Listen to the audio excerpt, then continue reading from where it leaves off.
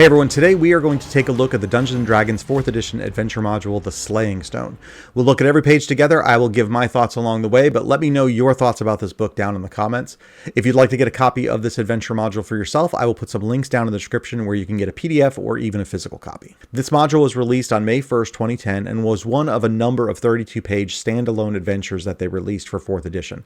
The front cover includes art from Ralph Horsley, who contributed to a number of 3rd edition books and has created a lot of art for Magic the Gathering, while the back cover contains a portion of the poster map of the main town that features in this module. The module included a double-sided poster map. One side was a section of Cirrus Dawn where the adventure is set. The other side has a couple locations that come into play during the adventure. One thing I love about this module is that it is not a linear adventure where you run a series of encounters one after the other. It is actually a sandbox with a lot of role-playing and problem-solving where the players decide how they want to resolve the quests. Before we get into the details, if you enjoy these videos, please click that like button, subscribe to the channel, and let me know in the comments what other D&D 4th edition books you would like me to walk through. But let's get started. First, we get an introduction where it talks about how this is an adventure for 5 first-level characters, and we'll get them to 2nd level by the end of the module. And then in the background section, it's a cursory explanation of what is going on. The town is basically overrun by goblins, and the party is hired to sneak in and recover a slaying stone. The synopsis provides a summary of the key points of the adventure. It is a search for this slaying stone. The party is going to need to sneak around and avoid being discovered by the goblins, and it's not a combat grind. This is really a sandbox with a lot of role-playing. The Running the Adventure section encourages you to adjust this module to fit your table, and it specifically references the Dungeon Master's Guide 2 for guidance on how you might want to do this. Now, I have a page through of that Dungeon Master's Guide. If you are interested, I think it might be the best Dungeon Master's Guide for any role-playing game out there. This section also mentions that the module uses the new Monster Manual 3 stat block format. The main difference with these is that it now groups the powers and abilities into different sections so that they're easier to find for each monster. Then we come to the opening scene. This page and the Hungry Wolves encounter both set up the adventure. The party has been invited by Triona to help her with something of great importance. While they're traveling to her tower, they are attacked by these hungry wolves, which gives us some action right off the bat.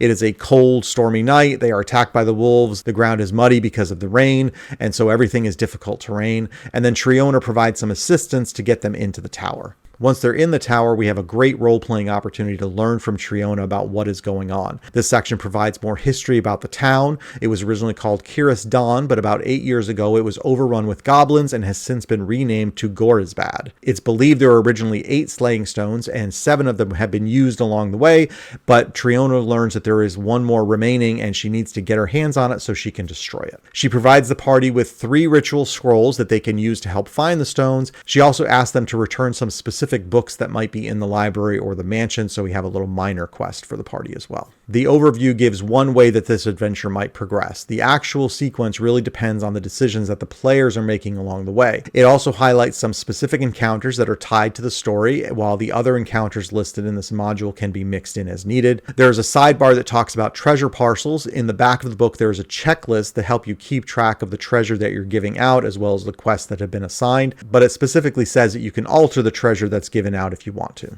The next section is factions and NPCs. This one gives details about the groups that are currently occupying the town. This is good information that the DM can use during the different role-playing encounters.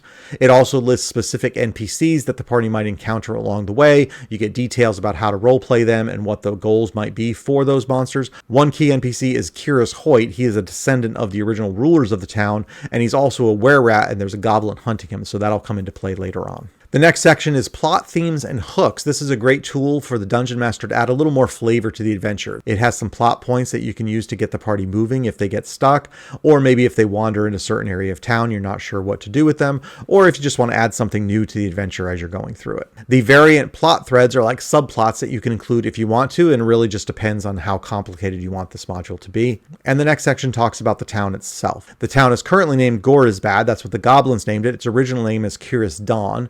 And these pages provide all the key information that you're going to need about the town. It has a small map with a layout that shows the different locations, and this section tells you which encounters should be run for each of the different locations in the town. One of the sidebars talks about how Triona gave the party 3 possible locations where the stone might be located, so that's the places where they might want to start looking. And the other sidebar talks about how the party is sneaking around this town, so they need to make sure that they're not discovered by the goblins or else they'll be chased by them. So when they need to get some rest, they're going to need to find locations that are out of the way, such as in back alleys or in hidden rooms within some of the buildings. It mentions how the party has the 3 ritual scrolls that Triona gave them before they set out, but they only have 3 of them, so they need to be careful how often they use them. The next section talks about the 2 main magic items that are in this adventure. It gives you a backstory for the slaying stones. It was crafted by the tieflings in order to protect the town. It's believed there were originally 8 stones. 7 of them have been used over the years to fend off enemies. Triona realized that there's 1 more, and that's why she wants to get her hands on it so she can destroy it. One key note is that they only work within Kiris Dawn, so if you get these stones, it's not like you can take them with you and use them anywhere. The section also provides a power card for the stone. The sidebar gives some details about using the slaying stone and how much experience points the DM should award depending on the creature that it was used against. The next section talks about a goblin named Triflick who knows that Kiris Hoyt is a were-rat and has had a blade created in order to kill Kiris Hoyt. It mentions that the blade should be changed to whatever kind of weapon the party needs. So if a member of the party uses a dagger, then make the blade a dagger. If the party uses a short sword, then make it a short sword. It's completely up to you. And then the next 19 pages contain all of the encounters that will come up during this adventure. And this is not the sequence that these encounters will be run in. This is a sandbox. The party will explore the town and hit these different encounters at different times. This is just the order that they're presented here. Encounter number 2 is a skill challenge that covers how the party will get into town. There are 3 options presented, but the players can certainly come up with their own. There's a sidebar that gives some info about how to run skill challenges. Encounter 3 is an ongoing skill challenge that runs as long as the party is in the town. This is pretty interesting because the party has to stay hidden or else the goblins are going to start chasing them all around the town, and that'll make the encounter much more difficult. So this skill challenge is running the entire time that the party is in the town trying to avoid detection, and it has multiple levels to it. Dungeon Master's Guide 2 has some more information about how you can run these types of skill challenges, so you might want to refer to that. Personally, I like the idea of skill challenges, but I do recommend using them as guides to the role playing without sticking too closely to the rules and to the dice rolls. I think you'll have a lot more fun with it. The sidebar recommends that since this challenge basically lasts the entire length of the adventure, you might not want to announce it to the players. Instead, have it be something that's always in motion and the players are not even aware of it. As they're exploring the town and trying to sneak around, they're doing dice rolls and you're telling them whether they're succeeding or failing, and then you're keeping a side note to see how they're performing against this skill challenge and how it's progressing. But don't come right out and tell them that. Encounter 4 is a specific combat encounter once they reach the Cobalt area, and here they will get a treasure parcel when they complete this encounter. And Encounter 5 is a floating encounter that can be used when the party goes into a building that doesn't otherwise have a description. In Encounter 6, the party stumbles upon a kobold named Spelok that is scavenging and does not take too kindly to visitors. It's a really great role-playing opportunity if the party does not kill Spelok.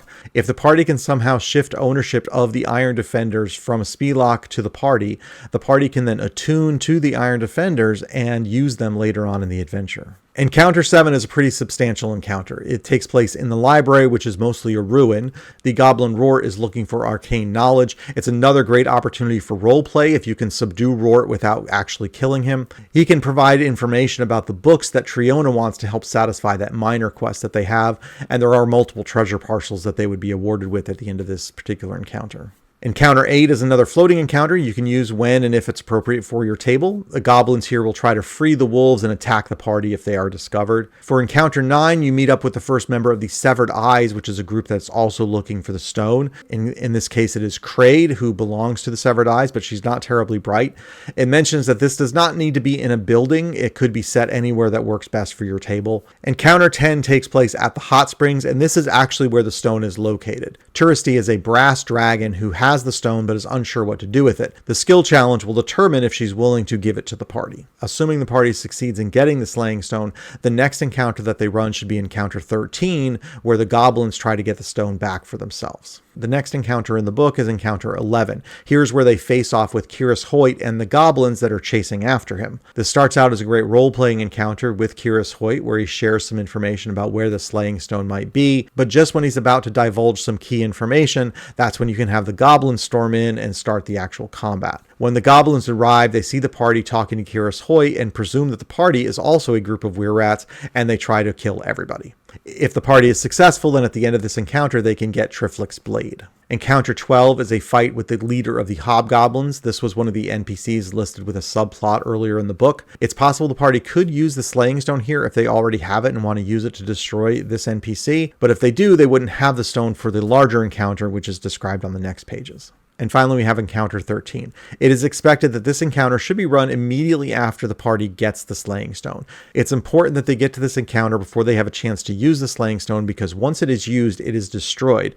And this encounter is very difficult, so they will probably need the stone in order to succeed at this encounter. The summary of the encounter is that the goblins learn that the party has the slaying stone and they want it for themselves. Vox is the head of the Severed Eyes who has been searching for the slaying stone. So all of this comes together at this point in the adventure. And then we get to the conclusion. The first section talks about the stone's fate and what happens to them after they are returned to Triona. It's possible the party might just return the remnants of the stone if they used it during one of the encounters. If they return it to her intact, she will actually destroy it. And there are a few other options if the party decides to do something else with the stones along the way. The Lasting Ties section provides some ways that you could use the NPCs from this module in future adventures for your group. The next adventure section is interesting. It provides several options that you can use to expand this adventure. So you could send the party back into the town to try to clean out all the goblins, or you could send them after Kyrus Hoyt's family, who are also known to be lycanthropes. And there's several other options as well. Then we get 4 additional encounters that can be used during the adventure if desired. So if you hit a spot in the adventure where you need the party to do something else, these are 4 ideas that you can use.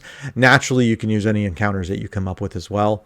The partial checklist that I mentioned earlier is located here. It helps you to keep track of the quests that the party has found and whether they've completed them, as well as what treasure parcels have been distributed to the party. You don't have to use this checklist if you don't want to, but it is a convenient tool for the Dungeon Master. And the next page we have backgrounds. There are several options that can tie your adventurers to this module. There's details about how to use backgrounds in Player's Handbook 2. Each background here grants training to a skill and provides an additional minor quest for that party member. I'll be honest, I love this module. I think it packs a ton into just 32 pages.